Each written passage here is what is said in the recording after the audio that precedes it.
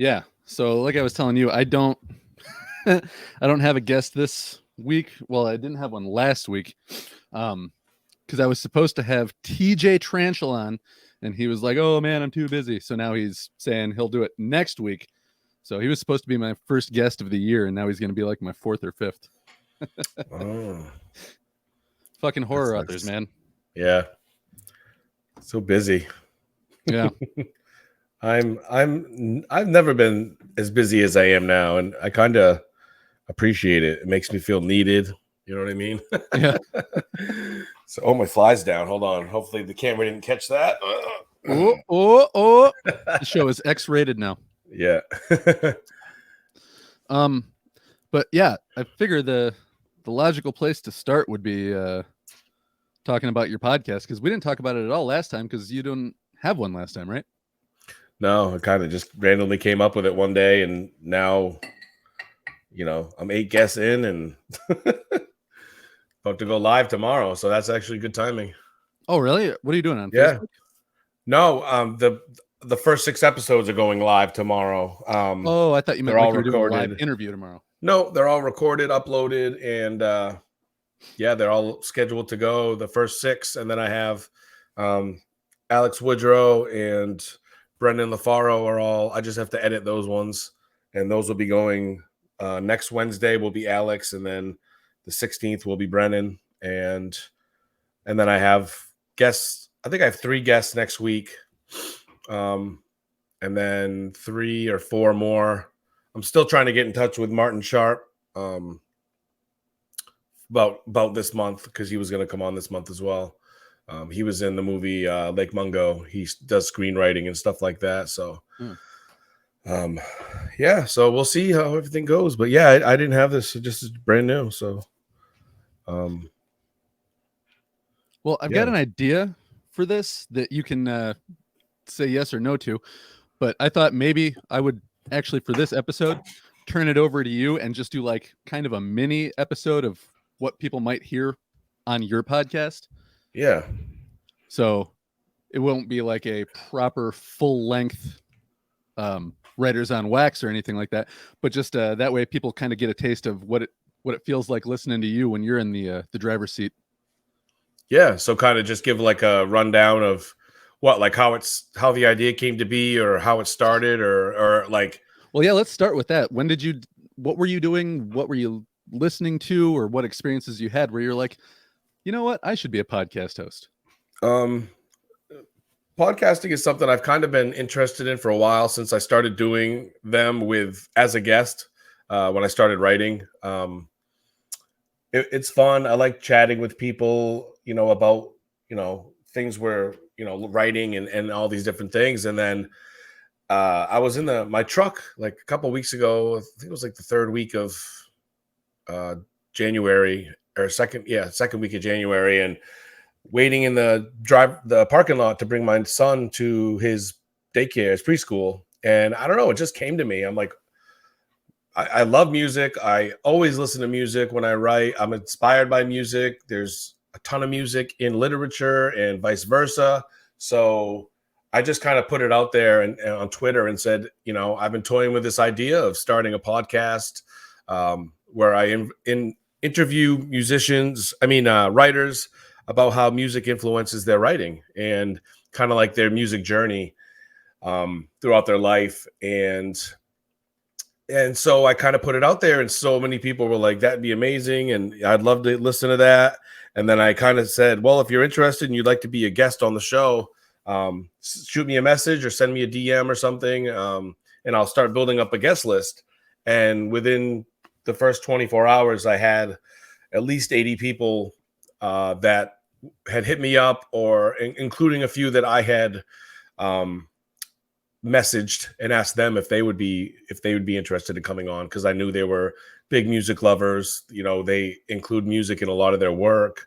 So that was kind of where the idea came from, and it's just taken off from there. I kind of just had to learn the whole process. I had to figure out how to get a podcast online, whether I was going to do just audio or video as well, because I prefer video, like the visual I prefer seeing the people chatting with each other, but I also just hit that microphone if you need to. Yeah. You know, I'm very, very new at this now. So yeah, that was kind of my thought process is how do I do all these things and make all these things available without spending $1 million to get going? Because this is just a hobby, something I want to try out. It may not even work out. And I started doing research. I started, talking to you a lot and a couple other people that have podcasts that reached out on their own and gave me some advice and tips it's a cool group of people as far as just like podcasters as a blanket statement for the most part are pretty like, oh yeah, you should have one of these too. Here's how I do it versus, some, I don't know, arts or industries or whatever, where people are very secretive and they don't want to give away any of their secret sauce. Well, yeah. And what's nice is a lot of the people like yourself and then a few other people have either invited me onto their own shows or they're interested in coming on my show. And so it was kind of this mutual relationship where, they're going to help me out. I'm going to help them out. And we're all going to benefit because everyone's going to be able to listen to all this stuff. Mm-hmm. And they're all very different. They're all very different conversations. You know what I mean? Like mine is more centered on music and the writing process, whereas your podcast is very creative centric. You chat with a lot of different creatives, not just writers. And then much to my detriment sometimes. Yeah. And then, some of the other people just do like horror specific things. And so, it's not like we're necessarily competing with each other. And it's cool to have these more and more conversations going on because I think, as we get into year 2 of this isolation and whatever from the coronavirus, a lot of people are missing that socialization, and especially people with kids like you and I. We don't get to go out. A lot of our friends have moved away. We don't get much time to chat with like-minded people. And more so than not, my podcast is just having a conversation with someone. I mean, maybe I'll drop in 3 or 4 questions the whole time, and the rest we're just chatting about music and bands and certain things we love. And then sometimes it gets philosophical. Sometimes we talk about the actual, the logistics of music and how it's made. And you just never know. Like one of my guests recently is from Romania, and she was going and talking about the revolution they had in 1989. And they were basically being run by this oppressive government who didn't allow outside music from other countries and things like that. So they were, bootlegging music and sneaking it in. And then there was bands that were just creating music that was approved by the regime, but it was rebellious. And it was like they were hiding messages in there that were using folklore and stuff that the government never caught onto, and they were risking their lives. So, it's just so many different conversations that come up, and every single person has a different experience. They have different music recommendations. And one other thing I like to do is at the end of the show, I ask each writer that comes on to recommend. It started off as one album that kind of puts you into their headspace, something they really love, something they like grew up on, or anything that they want to recommend.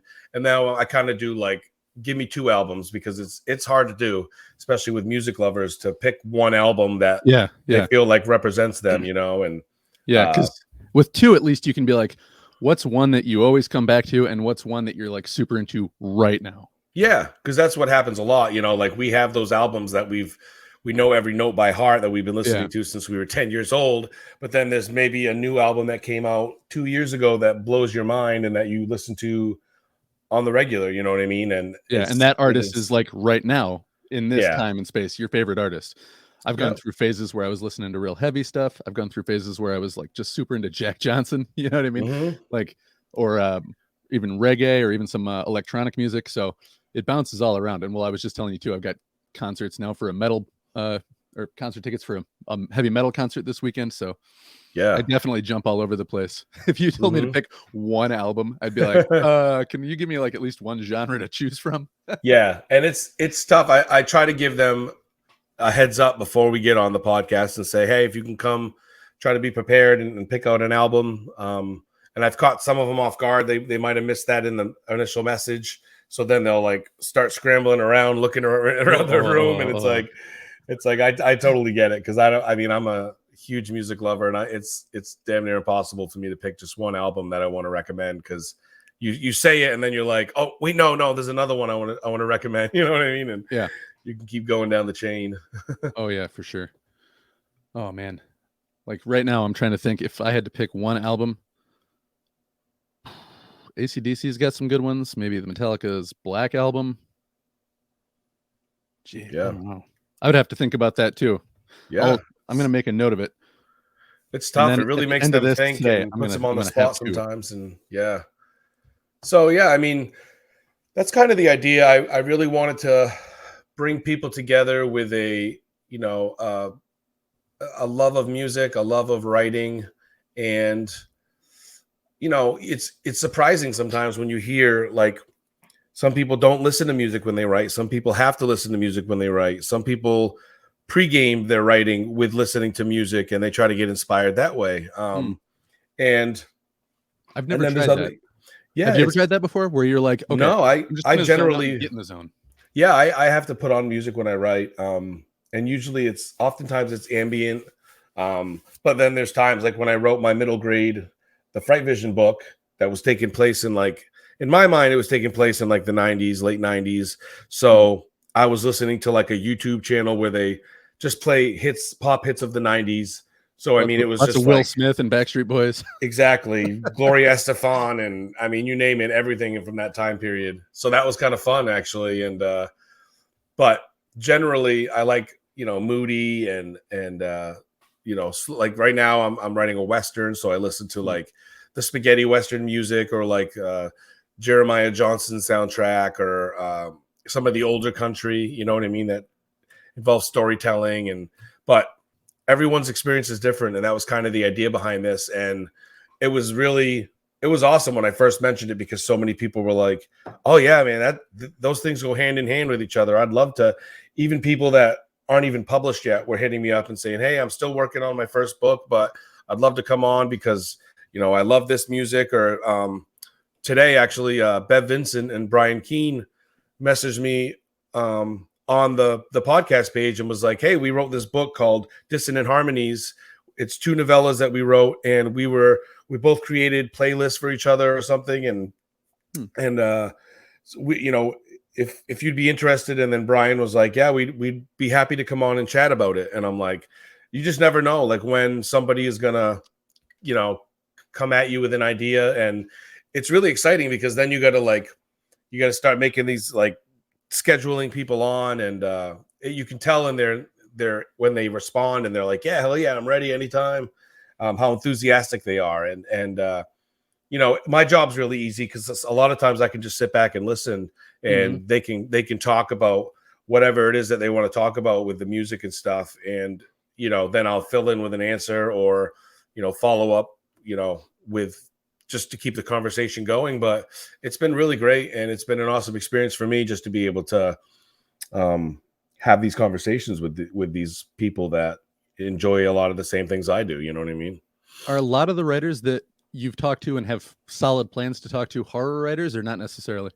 Well, because I'm so heavily involved in the horror community, I think initially you're going to see a lot of horror writers, but I have made it a point to put out there, I want romance, I want science fiction, I want fantasy, I want historical fiction, nonfiction. I'd like people from all walks of life, all over the world. And now I'm starting to see, more like erotica and all these different genres, people hitting me up and saying, hey, I'm a such and such writer, I'd love to come on.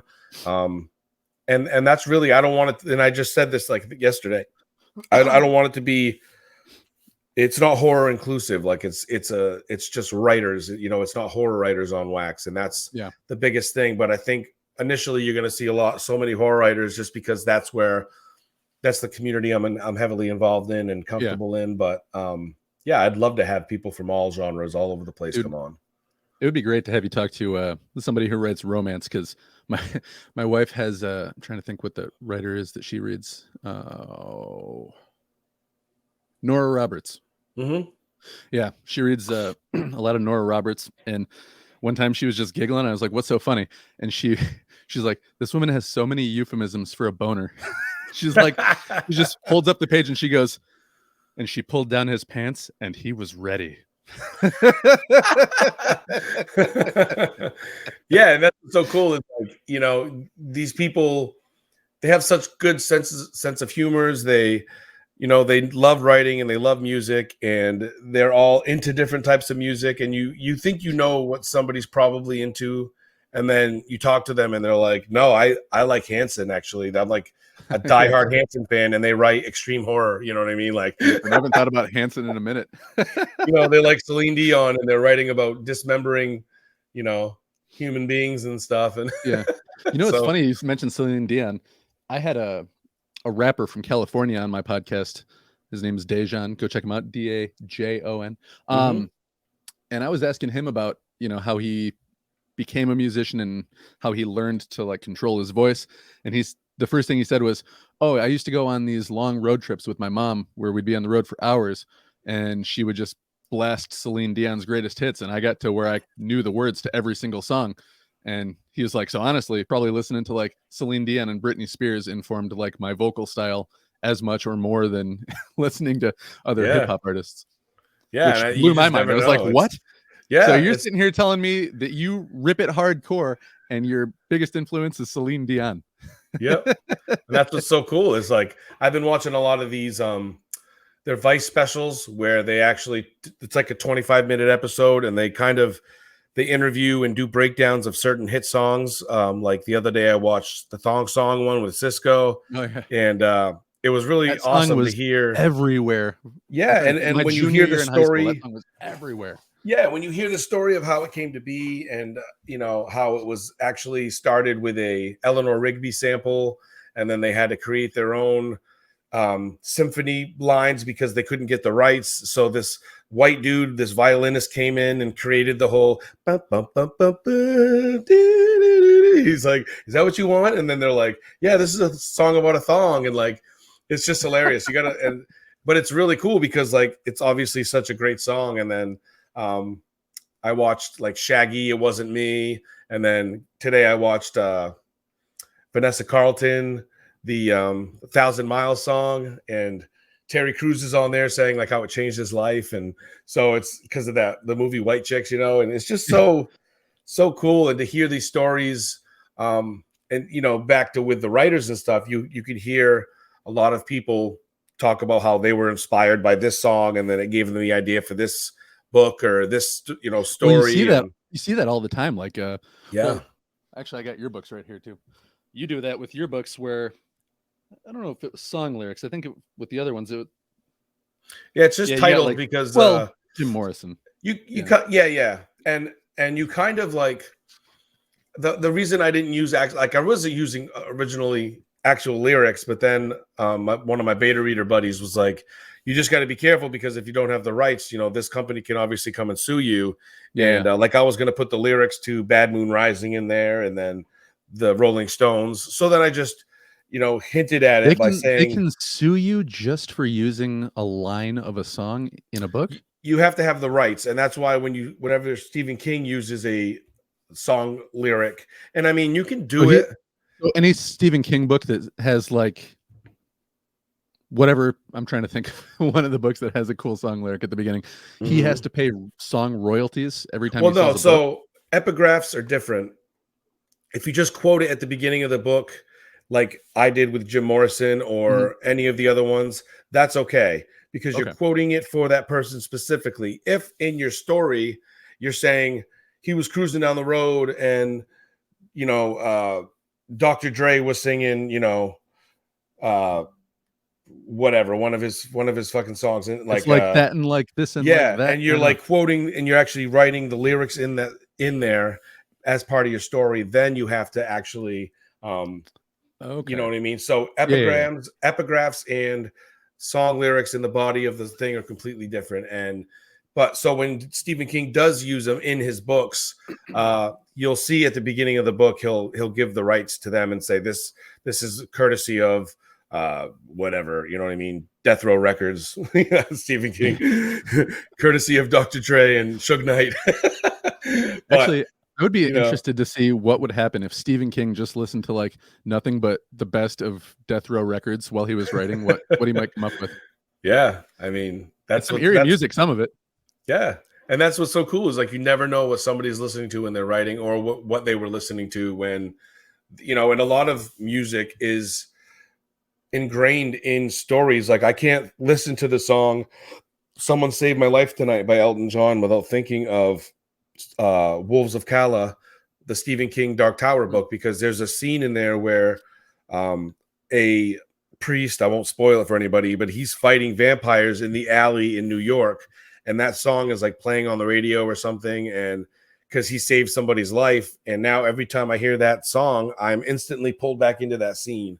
And it's similar with like Hey Jude, or there's other, and it's similar like with movies too. I mean, movies does the same thing. You know, the power of the music and the lyrics can form this connection that it's unbreakable. Like you're always going to be, these two things are going to be tied together. Like Painted Black and what was that movie?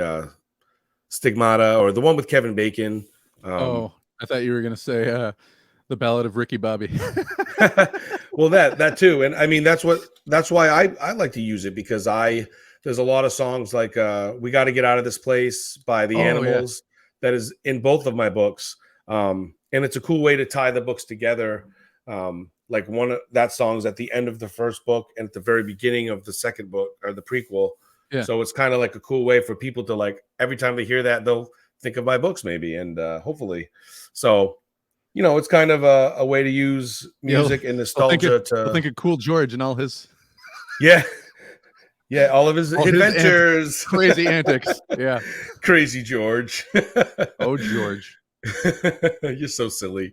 So yeah, that was kind of my and then also it's a great way for me to learn about a lot of new music. Like I just discovered Denzel Curry through my second guest. My third guest.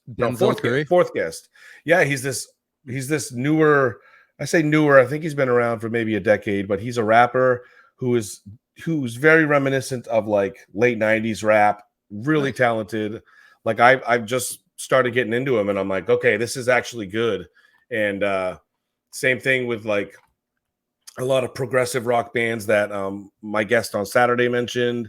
And then, you know, there's just a lot of cool stuff that I'm actually, when I talk to these people, I'm actually going and listening to the music later on, because you just never know when something is gonna, you know, after a while you get in your comfort zone and you kind of listen to the same stuff over and over again, and you think you have this like wide array of music, but then you realize, damn, I haven't like listened to a brand new album in like 10 years. And so it's nice to actually like step out of your comfort zone and see if you can be inspired or just something to enjoy, you know, other than the same stuff. So that's kind of the other part of this whole thing, is it's really nice to be able to see what people recommend and then actually check out the music. And so what I do with each episode is I put links to their Twitter accounts or their Amazon accounts so people can look up their books. But then I also link the two albums. Sorry, my cat's snoring. That was your cat? Yeah, she's up there. Oh, I thought it was a kid going like, Dad. No, it's the cat. And I include links to the albums that they recommend. So like if people can look it up, and if nothing else, they can go to YouTube and look it up. But so they don't have to keep scrolling through the video. And so that's another thing that I do. So for like the podcast and the YouTube channel, I'll have all that stuff in there so they can connect with these people. And hopefully, you know, people will sell some books. People will check out their work and become fans, you know, and that's kind of the other point of this too, is to help promote people, make connections, do some networking, become friends with more people. And because sometimes social media can be a drag, and you only get to see, like, there's no nuance. There's no, it's just, oh, look at these words this guy wrote. And I can't tell if he's being a smartass or he's trying to be funny, or, you know, if he's genuine. So sometimes I replied to one of your tweets the other day, and I was right after I did it, I was like, I don't know if I should have done that, but The then you were Pfizer like, one? yeah. Yeah, you bastard. I knew if it had been somebody else and not you, I probably would have been pissed off. But I was like, yeah, he's just being a freaking jerk. Yeah. I was like, But let's test our friendship, see if I got blocked or not. no. And that was for real. I actually did do that. And I may take a hit as far as like listens and stuff, but he has a reason for doing it. He was a polio survivor and a big Neil Young? Yeah, he was actually dude's like in his 80s, isn't he? Yeah, him and Joni Mitchell both were contracted polio when they were kids before the vaccine became available, and then they were able to get the vaccine, and it basically saved their lives. Yeah. So he's a huge advocate for that stuff. He always like raises money and does all kinds of things for awareness for those types of things. So I can totally understand that. And you know what? We want to be done with this pandemic, and it's not necessarily like I don't really think Rogan is necessarily like pushing misinformation, but he's allowing things to be said on his podcast that it obviously hurts people's perceptions of the safety of these things. And, we all want to be done with this crap. And so I just figured I'd stand in, solidarity with him and prove a point, even though I haven't even posted any channels yet or any episodes yet. It's kind of just my way of, standing my ground. And but anyway, I'm not going to get off topic here, but yeah, that was funny. So I didn't take it. I didn't get mad about it. That's one of the few times I read it or I sent a tweet and then afterwards looked at my wife. I was like, I sent a tweet that I maybe shouldn't have sent. Yeah. And who knows, you might have lost a few followers. They're like, what an ass, like who is this guy? Yeah, I'm not too worried about it. Like, I remember the first time I interviewed a black person on my show, and then I put a picture of me and them up on my Instagram, and like within a half hour, like 6 people stopped following me. I was like, Jesus. Oh, cool. Didn't need them. Yeah, that's what I say. Filter all the screen through the turds, get them out of your life. You don't need that crap. Yeah, because I'm not trying to promote especially when it comes to anything science that I don't know about. I'm not trying to promote one way or the other, but I just want to have interesting people come on and talk about themselves and what they do, and try to inspire other people to do something too. You know what I mean? Yeah, and that's why I like what you're doing with your podcast and the fact that it's not sticking to one thing. You're interviewing like any creative you can get your hands on, because it's the creative process is all about being original, taking risks, trying new things, using your imagination. And that's something I really think lacks in like, it's something that has lacked for a long time when it's to do with like capitalism and like our parents, like not all of them, but like they were just strictly, let's go get a job, let's work, let's pay the bills, come home, and I'm going to watch Seinfeld and get drunk until I go to bed. Like, it's nice to see these, younger generations and even older people that are starting late to start trying new creative endeavors and realizing like you only have one life. We all have our little talents, and you're not going to find those talents unless you try something. And it's great. It's a way to keep us busy, keep our minds active. And so I really like it. I like the fact that you're able to do that. And it was kind of what pushed me to say, maybe I could do that, but with, a little more, because music is really one of my true passions. And I know it is for you as well. You did your own song too, man. I was actually, I was impressed how good your song was, but I was like triple impressed when you're like, I did it on my phone. Yeah.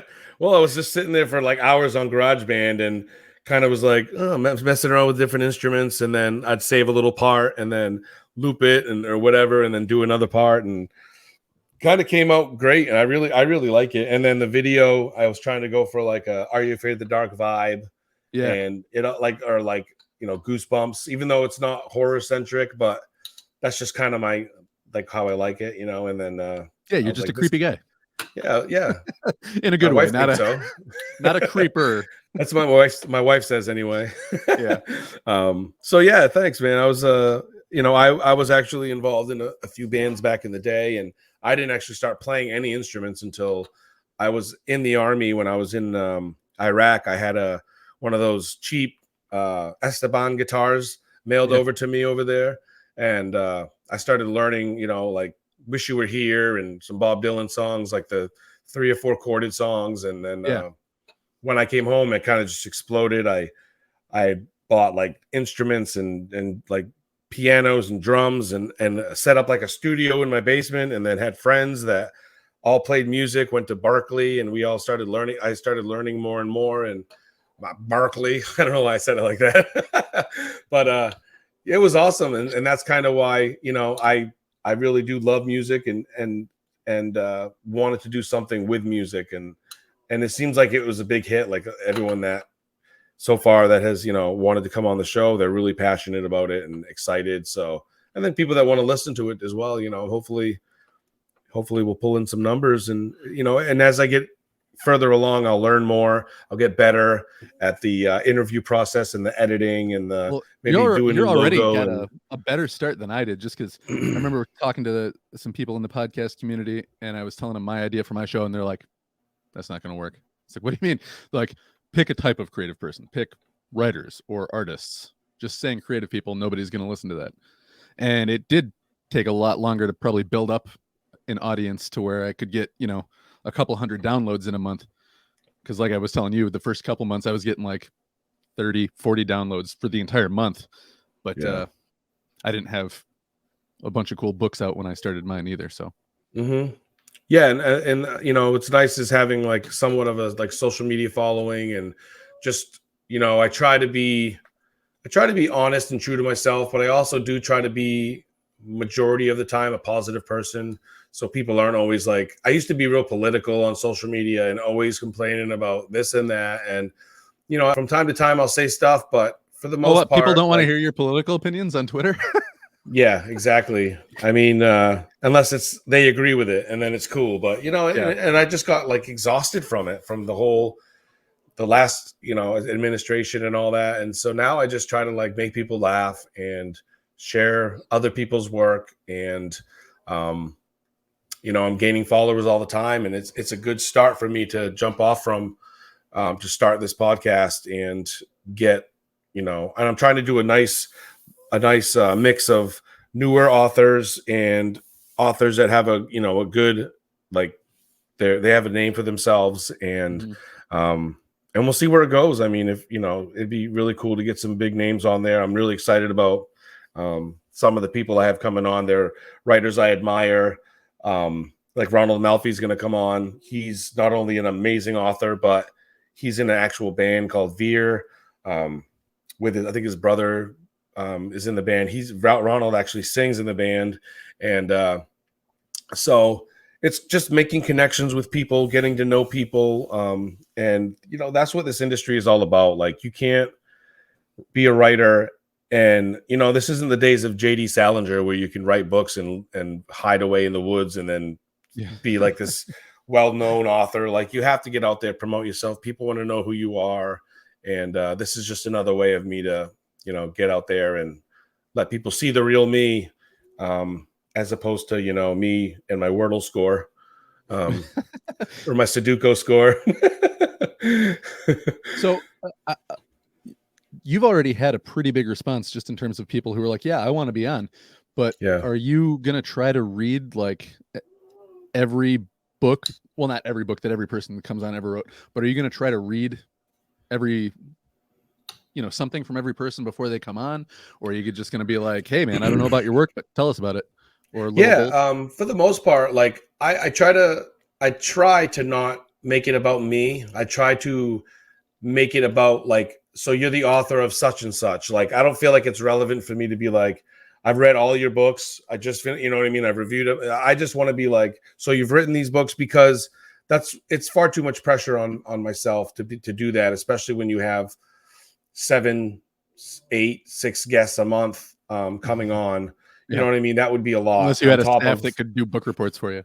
Yeah. And I mean, on top of my own writing, reading for pleasure, you know, obviously I'd love to support every single guest that comes on and read all the books. Because you're always like, I'm working on my novel. I got this other story, and then this other story, and then this other story, and then this other novel idea. Yeah. And sometimes, you know, it's not. I just want to shake you sometimes and say, just write one thing, Josh. No, I know, and I'm not usually big on like anthologies and stuff, but I've been invited to a couple things this year, and then some of them are just so cool. Like the ideas that for the anthologies that come out, and the pay is decent, and who couldn't use a little more money in their pocket for a short story they wrote? You know what I mean? I Yeah. do a lot of charity anthologies, so it would be nice once in a while to make a little extra money on a book or a story that you write. Especially in the arts, doesn't even matter what the art is, if it's stand-up comedy or novels or whatever. Right. A lot of people are going to try to pay you in exposure. Yeah. Fuck that. Yeah, that's what I've learned is like, if the pay isn't half decent, like don't get involved with it, because it's a lot of work to write a story, and then they want you to edit it, and then they want you to revise, and it's like a And they lot want of you to work. do all the work of selling the books for them.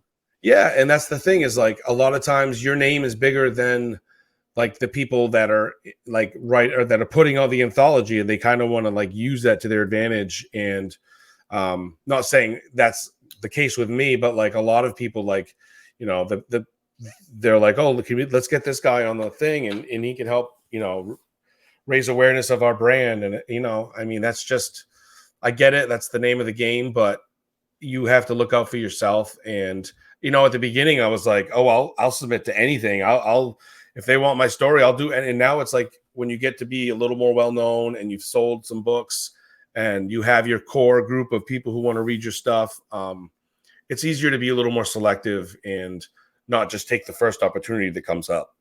And I am the type, I like to do at least one or two charity anthologies a year. When I can, I really like to do that kind of stuff, because then I don't have to worry about whether the pay is good or bad. Even if they offer a little bit of like, a fee or something to pay you for your story up front, I'd say if it's charity, just donate it to the charity. I don't need the 20, 25 bucks or something. Yeah. But if they're going to be making money off it as a press, then obviously the authors should be making money as well. And so, yeah, that's kind of all the stuff you learn as you get, more involved in writing and see people's mistakes that they made, make your own mistakes. And it's it's a process, but I'm definitely learning. And yeah, so just finding time to stay on top of this podcast and then do my own stuff is what's going to be the biggest challenge of everything, I think. But I think keeping it limited to 6 or 7 guests a month. And then it's going to end up having like a backlog of guests, obviously. And I may be able to release a special episode like on a Friday or something, like 2 that week. Or some people I've actually said, hey, I'd love to have you on the show. If you have a book coming out later this year, why don't we plan for a couple weeks or a month before your book release, and then I'll release the show either like the week before release or whenever you want me to release it as a special episode to help promote your book. And obviously people are all about that. So it doesn't cost them anything. It's totally free. And maybe one day I'll get a little bit of ad revenue or something for the podcast. I've toyed with the idea of offering like sponsors, like indie presses or authors, if they want to do like $5 or $10 for a 2 or 3 episode slot or 4 episode slot, where I'll drop their book name or their press name or something. And it's not a bad idea. Just something like that, because that pays my bills. I mean, that'll pay for the month of streaming, you know what I mean, for the podcast. And and specifically with your podcast, you're talking to writers, so it's not like you're like, hey everybody, this is where you should get your oil changed. You're talking right to the people about why they're there in the first place. Do you need a tire change? Come on down to Last Chance Garage in West Gardner. Like, yeah, I'm coming down from California. That's awesome. So yeah, it's I think I'm excited to see how it's received. Obviously it'll get better and it'll grow as time goes on. It'd be cool to have like I'm hopefully going to have Bev Vincent and Brian Keene come on and do a double header. That'd be pretty cool. Yeah. Be a little less pressure on me as well when there's 2 guests and 1 host, and have other podcasters on, trying to reach out to not just like the horror writers I'm friends with or the writers I'm friends with, but like screenwriters and then a lot of a few presses have actually said, "Hey, I have this author under my press that has a book coming out later this year.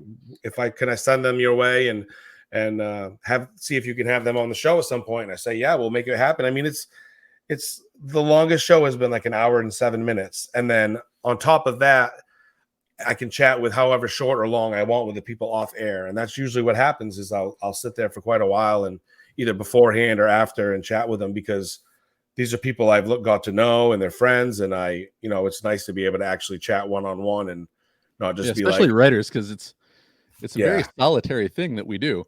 Actually, yeah, just the other day, my wife, I sat down, started working, and then my wife just pulled up a chair and sat down right next to me and started reading a book. And I just looked at her, I was like, "What are you doing? You got to get out of here." She's like, "Oh, I can't." I'm like, no. I know, man. Every night my son comes in, he's like, "Daddy, I got to tell you this thing." And I'm like, "No, you don't. You need to go to bed. This is my time to sit and write. If you keep coming and talking to me, I'm not going to get anything done." It's like Jack Torrance, like, Yeah. "You keep distracting me. I want to burn the whole house down. Bash your brains in with a baseball bat." You know what I mean? So, Oh yeah. Oh man, I feel like some people are like, you can just squeeze the time in where you can. If you only get 15 minutes here, then use that 15 minutes. If you only have 40 minutes here, use that.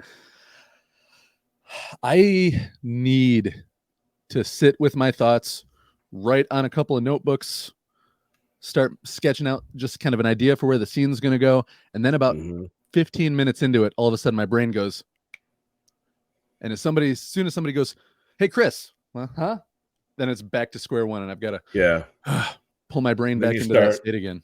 Yeah, it's so easy. Like I even try to like put my phone away and like not have any distractions, because it's so easy to get pulled out of that. And for a while, I was even using like a actual like physical thesaurus and dictionary, and that just became too distracting too. So I just like run over to Google real quick and just type in like synonyms or whatever. And but yeah, I can see that with the thesaurus. You go, "What's this word? Ooh, that word's interesting. Ooh," and then you just start flipping pages. Yeah. What are phalanges? It's been an hour and a half, and I haven't written shit yet. Oh yeah. So yeah, it's been fun so far. I've had like I said, 8 guests. I have at least 7 this month. Starting my first one, I think, is Sunday, Monday, and then Wednesday. I have 3 guests, and I'm excited. My guest Wednesday is actually a friend. His name is Chris, and he is married to my like 3rd cousin, and he's also a screenwriter. He's actually working on right now. He's working on the 2nd draft of a Scratches screenplay, my first book. So we actually got to meet last summer. We went to lunch and stuff. He came up to Maine, and awesome guy. I'm really excited. His family has a production company called Sling and Stone Productions, I think, and they're based out of Tennessee. He lives in Texas, but he is actually the older brother of Jeremy Ray Taylor, who is an actor who's been in like the new It movies, Goosebumps, the new Are You Afraid of the Dark show. He's just everywhere right now. He's in Big Sky. Really good actor, young guy, and so it's really cool to have this taking place. So I'm really excited for that show, and I have other authors coming on this month that I'm really excited to talk to. So yeah, it's going to be a great show. I think people are going to want to listen to it, hopefully, and they'll be able to starting tomorrow. So when the first 6 episodes will drop, including like Mitch Seaborn, Billy Chismar, Catherine Silva, and Glenn Rolfe, and Kenzie Jennings, and Grant Womack from California. So those are my first 6 guests. And obviously, I'm going to have you on here at some point. We can just, we don't even have to like schedule like months ahead of time. We can just, because we chat like almost every day anyway, we can just pick a time on like an off week or something and record it and do it. Yeah. So, And there's no rush either, because I'm one of those guys who my book's going to be coming out later if you want to talk. yeah. I think, well, actually, I wanted to talk to you about a couple of things too, but my plan right now is to try to have the book line up like as close as I can with, like that first week when most schools get out, since that's when it takes place, is it starts on the last day of school. And Yeah. the opening scene is basically like the kids all waiting for the seconds to tick off the last day of school. So I would like to introduce it around that time, end of May, maybe end of May, beginning of June. Yeah. So, I mean, if you want to plan closer to that, like, and I don't specifically try to do that. Like, do it if it's convenient, if it'll help the author, but otherwise, oh, nothing's gonna help me sell shit, dude. Yeah. So, I mean, it doesn't necessarily have to be. Oh, you're so funny. No, you don't. It doesn't have to be like. Hey, isn't that the guy that wrote that blog about the GPSs for cars? That's the guy. Yeah. So it doesn't have to be like lined up with a book release or anything. It's free promotion if they want to do it that way. Otherwise, they can come on anytime they want. Yeah. Well, and I told you too, the same way I'm using you, same way I'm using you right now. If somebody ever just doesn't show up and you're like, fuck, I need a guest right now. Yeah, man. Hit me up. Yeah, most definitely. But yeah, if anyone out there is listening and is interested, check it out. It's Writers on Wax. You can look it up. It's on different podcast platforms. I'm still waiting for Apple to get their act together. I'm guessing they're probably not going to release it until the first 6 episodes drop. They're saying there's no episodes published, even though there is a trailer on there. It's also on YouTube. Writers on Wax. Just look it up, and it's still not. I even talked. But they didn't give you any shit about the. I remember mine. I had extra trouble getting mine uploaded onto Apple Podcasts. Yeah, and it turned out that the logo that I sent in was like a PNG, not a JPEG. Oh, yeah. And then I had to switch that over, and then it went through like 3 days later. But that's why it took I figured that part out and fixed it. It says they were like, you don't have any episodes published. And I'm like, but I do. I have a trailer published, and I have all the other platforms accepted it like that day. So I'm just gonna have to get on their ass again and get them to put it on there. But I'm guessing starting tomorrow, they'll probably be like, okay, now he's got 6 episodes. I'm sure he's good to go. Yeah. But so I'm excited. They it's a work in progress. Hopefully it'll only get better as time goes on. There'll be changes. I'm sure it only can, right? Yeah. So check it out. It's a good time. Unless maybe you're your that favorite author will be on weird kind of guy that just gets worse at stuff the more you do it. Yeah, I kind of am. Well, I don't want to take up too much of your time here, because I know that you're, this is work time / dad relax time. But for the last just little bit here, do you want to take over and kind of show people what they might expect? We can do like a little like mini 5-10 minute episode of you just kind of leading with some of the questions you ask people on your show. Yeah. So basically, I introduce the show. I say, hey, you know who I am. This is Writers on Wax. And I am here with today's guest, Christopher Talon. And he is the author of blah, blah, blah.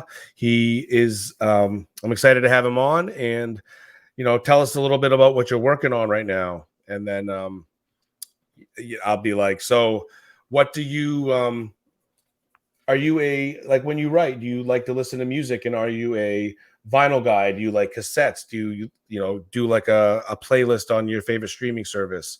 And then, sometimes it can go on for a while and they talk about it. And then, well, I'm definitely a streaming guy when I'm writing. Yeah. Like you had said earlier, I just recently found like a 1-hour video that's just creepy. I think I actually typed in on YouTube, creepy music for writing.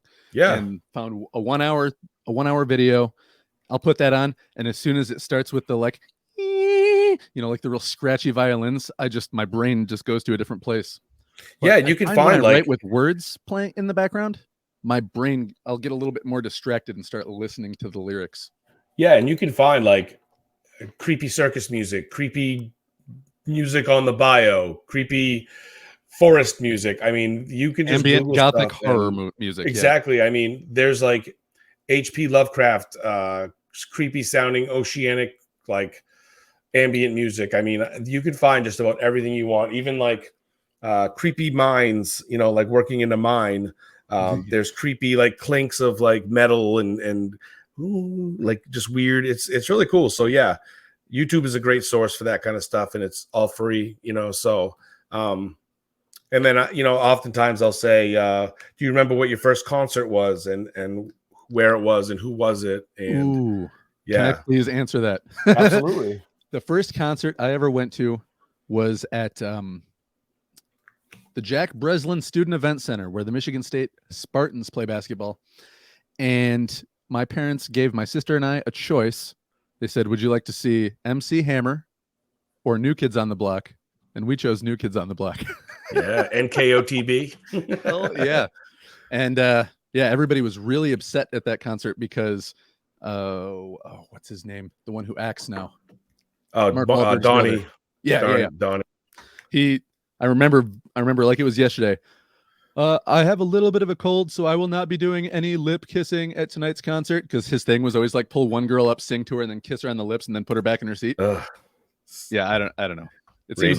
seems a little Me Too-ish now, but I just watched Dreamcatcher the other night during the blizzard, and he's actually in that movie. He plays adult Duddits. That's right. Yeah. He always gets cast as these like creepy, sickly, older looking guys. Yeah, and it totally doesn't even look like him, but then you really put it together and it's like, oh yeah, that is him, man. Yeah, he's the guy that killed himself at the beginning of The Sixth Sense too. Yeah, he's like the thrift shop Mark Wahlberg. Yeah. Mark Wahlberg. So he always gets these like, but I mean, he's talented. Like, obviously the guy, like he gets picked for these roles that are, you know, not your Donnie Mark Wahlberg going down to Wahlburgers and get a burger, you know what I'm saying, down in Boston. That's horrible. I can't do a freaking Wahlberg. Mark Wahlberg. Feel the vibration. Feel it. Everyone, all the younger listeners are like, what is he talking about? Like, Marky Mark and the Funky Bunch. Come on, people. Nobody remembers Marky Mark and the Funky Bunch. That was an amazing career transformation that guy made. He went from being like a meme before there were memes to being one of the most in-demand Hollywood actors. Yeah. Yep. It's the abs, man. He just had great abs, I guess. So I think I have some pretty good abs underneath all this fat. Yeah. They were in demand back in those days. Yeah, and then basically, you know, the conversation keeps going. I'll ask them about like what their first CD was, and then like if like their listening habits, you know what I mean? And that's when I find out. What was your first CD?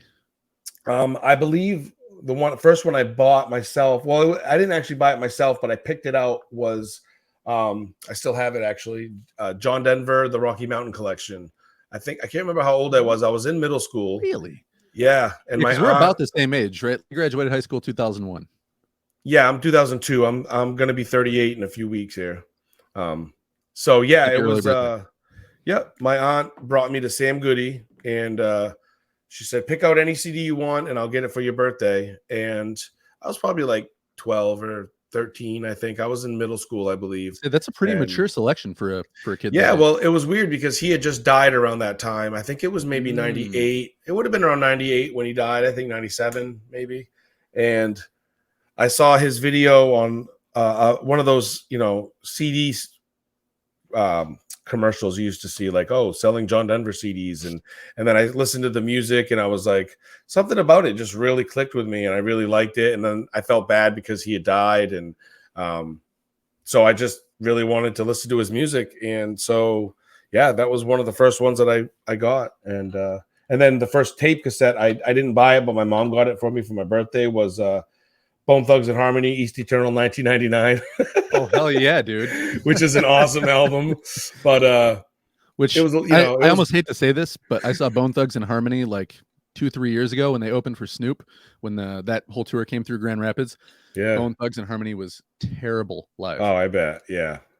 I can imagine. They were singing over a track of them singing, and even with the track that they were singing with, they were going off time a lot. But I mean, it was Snoop Dogg's concert. It's probably really hard to be that exact with those kinds of lyrics when you're stoned out of your mind. Yeah, I mean, and not only that, they're getting older, and it takes stamina to rap like that. And Yeah, those guys get halfway through a mean, line and they're to be fair, like you look at videos of them back in the day, and they're not a live group. They're very much studio guys, and they were mad talented in the studio. But to sit out there and be like, "Coming to somebody, like you have gonna to tell have like, everybody. yeah, I mean, 30, 40 years of smoking mad reefer is gonna, you know what I mean? It's gonna catch Yeah. up to you. Yep. That was a So good concert though. yeah. Twisto was in that concert. He was awesome. Snoop was amazing. Bone Thugs was and I'm trying to think Warren G. Warren G opened it, and Oh Warren wow. G was acting like he was in his living room. He was just up there like, anybody know any, like, arms crossed, anybody know any of my songs besides Regulators? You name one song. Yeah, this Oh shit. All DJ. right, this dude knows it. All right, I'm gonna sing this song Yeah. now. This DJ gets down mixing records while he go around. Yeah, I love Warren G. Yeah. My sister used to listen to it when she was getting ready for school back in the day. We have very So, different sisters. My sister was very much into like Sarah McLachlan, Tori Amos, and all the female singer-songwriters. oh yeah, I heard lots of Fiona piano Apple. yeah. Yeah. So, yeah, I mean, essentially that's the way the conversation goes. It ends up being very just conversation heavy. Like I only a couple questions, and I'll come up with new questions eventually. I kind of like to just kind of like they're more or less to spark the conversation. Do you poke and ask people like, what's your getting started ritual? Because I mean, like even Stephen King in his book that we've both read about writing, he says the scariest moment in a writer's life is just before they start writing. Yeah. And I feel that, man, because I'll get do on my drive home from dropping my kids off in the morning, I'll be driving home thinking like I'm going to start writing, and then I'll get that feeling in my stomach, kind of almost a fight or flight, where at some points in my life I've probably been like, oh, this feels uncomfortable, I'm just not going to do it. But now I'm like, nope, got to. And then but it's a lot of pressure you put on yourself because it's a burning feeling, like, just start. You're worried like I'm not going to either get anything down, or it's just going to suck, or I'm going to be stuck on this one sentence. Like I've never do this, but yesterday I was writing and I wrote this one scene in my Western, and I was like, you know what? I kind of like this spot. Very rough draft. I literally just wrote it, and I shared it on Twitter and Facebook, and some dude I've never even talked to before, had like 7 followers, was like, a little rough, but sounds fun.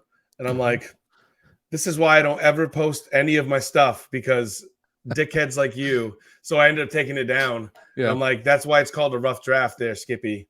But I took it down, and I'm like, you know what? I'm not going to do that ever again. Have you made that mistake before with your writing, where you're like, oh, I know this isn't done yet, but I really want to get some feedback, and then you showed it to somebody and they were just like, yeah, or they're like, that's cool. Like my wife, I think she was like, what's that? And I'm like, just a part of my book that I just wrote a scene. She's like, that's really cool. I'm like, thanks. You could have been like, oh my God, that sounds so like suspenseful. It's amazing. And it's just like, oh, that's really neat. And did you do the dishes? Yeah. Yeah, I did. Thank you. So yeah, and I used to be like big into like beta readers and stuff, but I didn't really use beta readers for my collection. And going forward, I doubt I'll even will. In the end, it's just opinions, and people, not even to just be like, hey, just try to catch typos and stuff like that. Well, that's what editing is for, and editors, and beta readers are kind of supposed to be like feedback givers. And I feel like people a lot of times are going to be like, if you tell them the beta read and does something not work in this. My wife used to do it a lot, but she's like 7 or 8 stories behind that she hasn't even read yet. She keeps my book and she carries it around with her all over the place, but she's only read like half the stories in it, I think, when they were rough drafts. But so now I kind of just do my own thing. And then I have, like with my collection, I had an editor working with me, and if it works, it works. If it doesn't, it doesn't. I kind of just go and take chances that way, because I don't know. I just I get anxious. I get anxiety if someone's like, oh, this really doesn't work. I don't really like this, or you should add this. Especially when you know it's not done yet, because man, I showed people stuff on Switchers, the book that's going to be coming out later this year. When I was still on draft number 1, Hmm. And I realized right away, I was like, I shouldn't do that, because people are looking at like, and it's Yeah. so far from, the final version that I think I learned my lesson there. Don't show people unless it's like your wife or another writer who asks to see it. Yeah. Don't show people stuff that you're still in the middle of working on. Like, I Yeah. mean, you can show little snippets of what you did, but like, don't expect somebody to read the whole thing, or the first 40 pages you got or whatever, and go, wow, this is amazing, because it's still got a lot of fleshing out to be done. Yeah, exactly. And sometimes by the time you're at your third or fourth revision, that's when it starts getting really tight and you start filling in those gaps and Yeah. fixing those odd sentences, that because your rough draft is literally like you sitting around a campfire telling the story. And it was not until you get to your third, fourth draft when you finally start to tighten things up, things that don't make sense. You catch them. This sentence could be worded a little better. This word doesn't fit this, or it doesn't even mean what I thought it meant. I was surprised how So many times I would change the dialogue attribution, where it's like, no, this needs to be said, but he shouldn't say it. She should say it. mhm. Yep. And I mean, it's that's what the revisions are all for. And I mean, a lot of people do like using beta readers, and I did it first, but I just got like kind of not jaded, but it's too much anxiety for me. Like, because then I'm like all excited about this project, and they're like, yeah, I read it. There's really nothing wrong with it, And it's like you said, if their mind isn't blown and they're not like, this is going to be so awesome, you feel like a piece of shit. And you're like, I know they're not going to say that in the first place, but Well, I had a friend read Switchers, and then I said, what'd you think? And said, it's good. I mean, it's not going to win a Pulitzer Prize or anything like that, but it's good. yeah, it's like, Okay. yeah. And that's what I don't like. I'd rather just write the book, put it out there, and get feedback from people rather than have the first person that reads it be like, meh, Yeah. it's a book, it has words. And Yeah. then I'm just like, you know what I mean? Like, because that's what happened with my first book, Scratches. Like, that was such a mess. There was so many things wrong with it when I wrote it. And even now, like looking Yeah, 'cause back, I still you, like, and I was like, dude, this is great. There's like, I maybe found like one typo. You're like, you should have seen the first version. yeah. And yeah, so it was, and a lot of those early reviews were like, oh, the story is great. The writing is a little rough at times, but I found so many typos, and there's no Oxford commas, and there's no blah blah blah, 2 stars. And then they'd be like, hey, I'm gonna send you my review just to see what you think. And if you don't want me to post it, I won't post it. And I'm like, that's not how any of this is supposed to work. You're supposed to read the book, and then you're supposed to post the review. And there's no reason for you to tell me, you know what I mean? Like, the review is not for me, it's for other people. And that's why now I rarely read reviews, because you know what I mean? It's sometimes it's disheartening when someone's like, I liked all the stories besides this one story, you know what I mean? Because they're all my babies, they're all Yeah. really important to me. I don't just do like crappy little throwaway stories necessarily, but that is really a tough thing to deal with, you know what I mean? So I kind of, at this point now, I'm just comfortable in my own, words and work, and I kind of just put it out there, and let the editor do their job, and if their feedback is pretty positive, then I'm good. Like, I'm happy with it. And you just have to kind of trust your instincts about things sometimes. Mm-hmm. And Yeah, that's that's the the way I biggest go thing with that it. I think is, for any writer at any level, is probably the hardest thing, besides, forget about learning the the fundamentals of beginning, middle, end, and all those things. Just trusting yourself that you're doing the right thing is, Yeah. it's tough. Mm-hmm. And even after writing, I don't know how many short stories when I was in school, and then writing a book, I still am like, is this going to be any good? Shut up and just write it. Yeah. Yep. And that's it sucks, like, being a writer and struggling with anxiety and like self-doubt, which I think every writer on face of Every the earth deals every with. person does. Forget about Yeah. that. But then I when you're mean, it amplifies when you move it into a creative space. yeah. So I think you just have to find a place where you're comfortable. You don't have to follow the same path everyone else does. Um, a lot of people like getting blurbs and beta readers and blah, blah, blah, all those B words.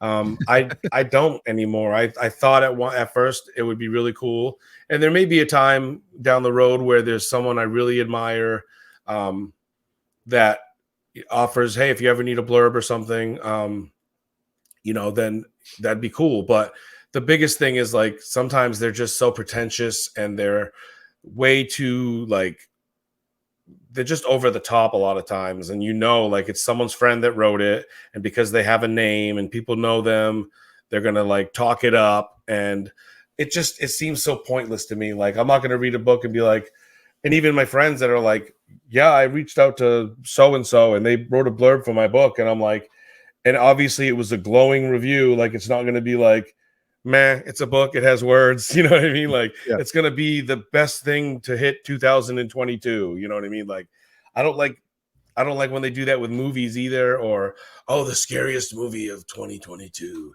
is coming out next month. It's like, no, it's not. It's gonna be a CGI freaking mess and it's gonna suck. They said that about the last Conjuring movie, and that was like ridiculous. And so yeah, I don't know. It's just I'm trying to like forge my own path and do my own thing, and that's pretty much the way it's going now. So, but it's something you have to learn over time. Like I'm like 2 years into my writing experience, and I know, just man. trying to You're find my still in own your way. infancy. I know. Did you blow your own mind? Let's toot your horn for just a second here. Yeah. When you wrote this book, Scratches, yeah. after it was done, were you like, holy shit, I did that? Or were you still kind of going like, I don't know, maybe it's not that good? Oh, I still say, it's not that good. But that's because I've really tried hard to grow and improve over time. But it's one of those things that it got my name out there. It still sits at like, I think it's like 4 stars on Goodreads and like 4.5 stars on Amazon. It's over 300 something reviews. And that's amazing for a self-published guy who just started. And, I'm proud of it. It's got me out there. It's probably my best bet of if it does become a screenplay. I think it has some serious potential to be made into a movie because it's a simple story. But it's not something that needs to be CGI heavy. It's affordable. And it's the classic type of story that people love, like like a scary haunted house thing, a coming of age, and it has good twists and turns. And yeah. Well, and I like that it's got kind of that gothic feel to it too, of where like a lot of the tension comes from the fact that you're not face to face with the monster all the time. And it's that like, what's going on? What's going on? What's going on? And it all builds to something, Yeah. And that's one thing I've been told is I'm good at like tension building and keeping you guessing and twists and turns and things like that. And I'm really characters and developing characters are really important to me. And like a lot of people talk about the character arcs in that book, and then how like Severed completely changes your entire perspective of the characters and Scratches, and which is rare for like a prequel to do, because what's going to happen, how things are going to turn out, but you don't expect what happens and how it got that way, and it takes a twist that a lot of people never saw coming, and I didn't see coming because I never planned on writing it until I was getting feedback from readers and saying, I want more. And that's usually a good sign that people want more. That's usually a very good sign. Yeah. Not many people, like, they'll read the first book of a series and then they're like, oh, I loved it. But then they'll kind of forget about the next book going forward. And I really encourage people to read the next book, because it will completely change your whole perspective on it. And a lot of people, not only they read the first book, Scratches, and then they read Severed, they went back and read Scratches again because they could pick up on the little hints and clues as to what was going on, and which was totally unintentional. There's little clues in there when like Janet's talking about George and stuff, and things that I put in that I didn't even expect to write the prequel, but then I was able to use those things for the prequel. You know what I mean? So it was kind of cool. Like, you know, and then I also like to, I have like my own little world building, my own little universe, and characters from scratches and things like that end up in different stories of mine. Um, you know what I mean? Like I like that whole that aspect of writing. That's really fun. Yeah. And then it's fun for your readers to pick up on things like that. So, you know, Yeah, the book I'm writing now, I don't have a lot of direct crossover, but the main character in the book now has a brief cameo that you could very easily miss if you don't hear the name. Well, you wouldn't yeah, even know it reading it the first time because the book that I'm working on now is still in work. But it takes place in the same city, and the main character from the first book and the main character from this book actually live on the same street. But because oh it's yeah, time travel and parallel worlds and stuff like that, it kind of like most people have no knowledge or recollection, and it's just another day. But we yeah. know.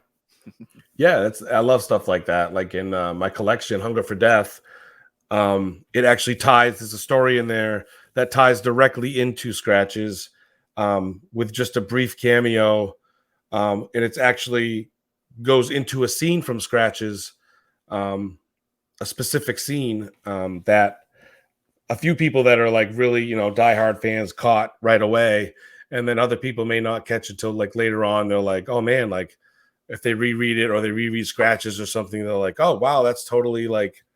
And then I did it again, not a direct scene from the book, but my middle grade book actually has a character from Scratches come in, and it takes place in the same town and stuff like that. So it's fun. It's like my own little Castle Rock, or you know what I mean, like it's fun. Dairy, like Yeah.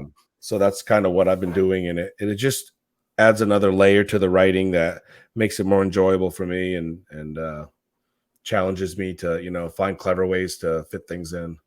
Yeah. So yeah. So All right. yeah. Well, let's start pushing this thing towards the end.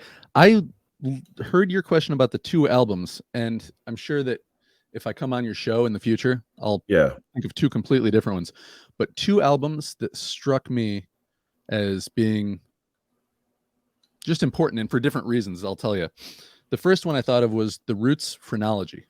Yeah. That was That what, album, 2002 or 3 or 4 or something. it was right in there. And then I Yeah. had that album and brought it to Iraq with me. And I Yeah. listened to it every day. And I would just listen to the album from start to finish, no skips, when I would go out for a run. And I would know Yeah. when I got to a certain song, oh, I better turn around and go back towards the huts now.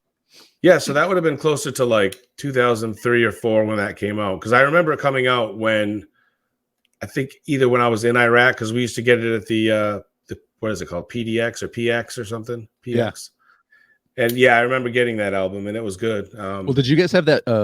Did you guys have a bazaar that you could go to where the locals would come in and sell bootlegs and shit? Yeah, I mean, we had all kinds of stuff like that. I bought a bunch of Yeah, we bootleg watched Simpsons. The Sopranos. We watched bootlegged, and then they wouldn't let you bring $20, those DVDs back. like, I'll give you 10. No. Okay, and you start walking away, and they're like, okay, 12. Yeah, they had bootleg Xboxes where they had the Xbox, but it was actually had a chip in it, and it was like a brand new Xbox, but they had taken it apart, put the chip in it, so you could play burned games.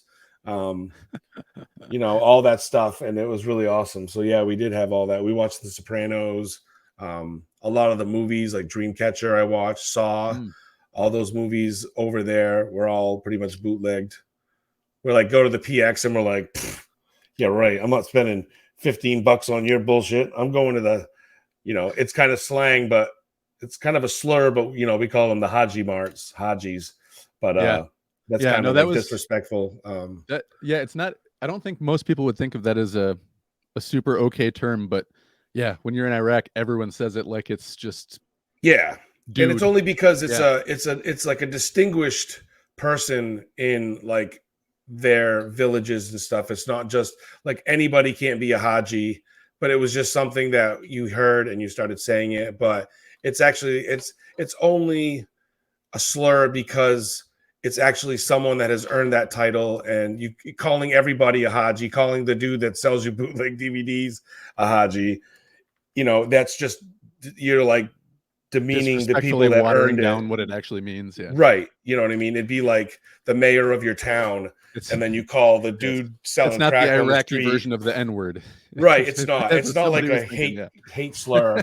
It's just, when you say it to the average person, it's taking away from the people that they're like kind of like elders and they deserve respect and stuff. So yeah, it's not like a hate crime thing, but it's also like very lazy and to just call everybody that. So yeah.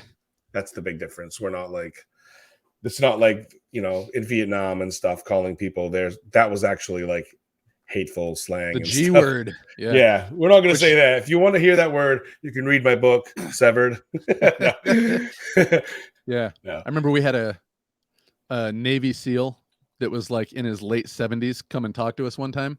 Yeah. And he's talking to us for like 20, 30 minutes. And then he was like, yeah, but it's not like what you guys do. We used to just do the blah, blah, blah to the G words. And then all of a sudden the commanding officer's like walks out. He's like, okay, thanks for your time. Yeah. So what was the other album you were going to mention? Oh, that's right.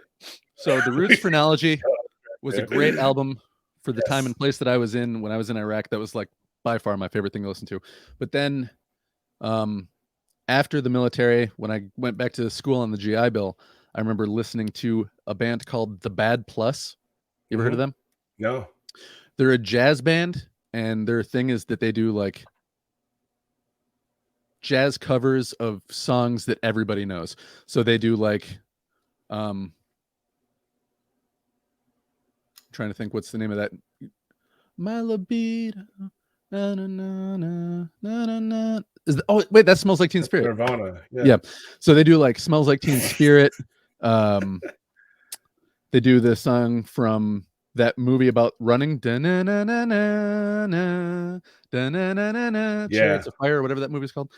They'll take just songs from movies, songs from pop radio, songs from whatever, and they'll put it like a spicy jazz, no vocals cover on it. Yeah. Bass player and a piano and a drummer. Kind of reminds me of like Richard Cheese, how he like revamps familiar songs and then does them jazzified. And that was a pretty cool guy. I remember back in the day. I get sick of it really fast, but he does like ska, jazzy type covers of songs, like ones you wouldn't expect, like Dr. Dre and Slipknot and things like that. So yeah, there's a local comedy place that plays those while everyone's just like getting their drinks and finding their seats. Come on, you motherfuckers, down with the sickness. That guy. Yeah, exactly. Yeah, Richard Cheese. Yeah, he probably does a WAP cover. Now in the top, make it drop. There's some WAP. Yeah. No, that's cool. Yeah. So, yeah, we'll discuss it and we'll get you on. I don't know, either this month or next month, or we'll get you on at some point. And cool. We can actually do an official thing, and you can start from scratch, come up with a new first record, a new first concert, and no, we'll just. It's very chill. It's the next time I'll go into like the first concert maybe that I actually bought a ticket to. Yeah, and I mean that's just like one of the examples of questions. I kind of just or the first time I snuck backstage. I did that a couple times. Yeah, it's just kind of fun because it kind of sends people down a path, memory lane, and then they're like, "Oh yeah, my uncle brought me there, and I remember what we did," and it's just really cool to see people light up and get to talk about these memories and stuff, because you don't really get that platform to just reminisce about things very often, and it's really cool because it music and I always say this, music and scent, like sounds and scent are like two things that can bring you down your deepest corners of your memory better than anything, and so it's really fun to. If I get a whiff of vinegar and garlic in the same place, I immediately think of my old Italian grandmother's apartment. Yeah, basil for me, like fresh basil, reminds me of my Italian grandfather's garden that he used to have, because they had an herb garden on the outside of it, and then like also like fresh tomatoes, like the plants when you like rub the leaves and the smell of it. Yeah, tomatoes plants. Yeah. We got tomato plants out in our back. Well, we don't now because it's 20 degrees and snowing. But in the summertime, we do cucumbers and tomatoes out in our garden. And I love that. Yeah. The smell of tomatoes is on your hands all day. Yeah. So yeah, that's really awesome. So yeah, we'll have you on, man. And anyone that's listening and wants to check it out, like I said, the first 6 episodes go live on tomorrow at midnight, and they'll be February I should 2nd, say, depending on whether this comes out today or tomorrow. yeah, So February 2nd. if it comes out today, then tomorrow, or if it comes out tomorrow, then today. Either way, February 2nd, Yeah. Writers on Wax with Joshua Marsella, the badass writer of Scratches, Severed, and Hunger for Death.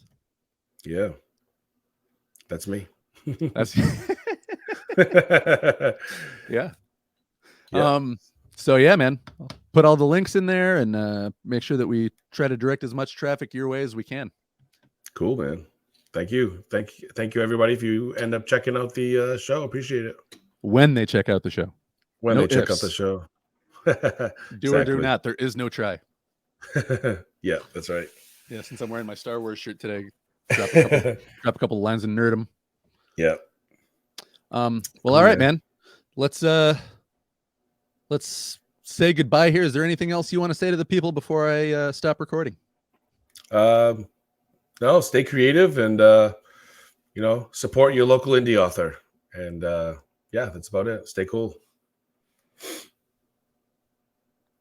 Yeah, and if you do read any of Josh's books or any other independent author especially, or just any author, go ahead and leave a review on Goodreads or somewhere, just so that people know that people are reading it. And if it's especially if it's a book you liked, the best thing you could do is go and tell 50 of your friends, hey, go to this link and buy this book.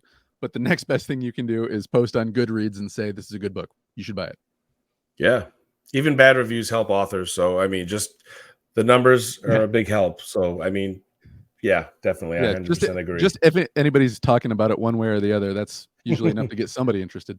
Yeah, helps with the algorithms. Yeah. Yeah. So thanks for having me on, man.